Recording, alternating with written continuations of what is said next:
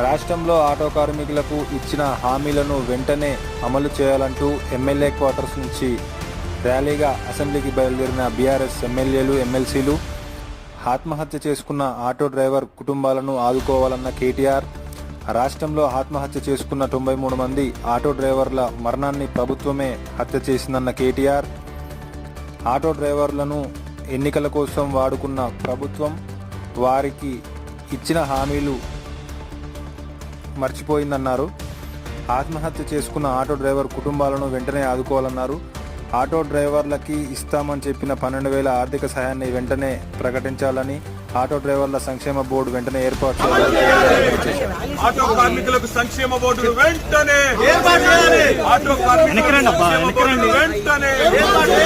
auto కార్మికులకు సంక్షేమ బోర్డును వెంటనే, ఆటో కార్మికులకు ఇచ్చిన హామీలను వెంటనే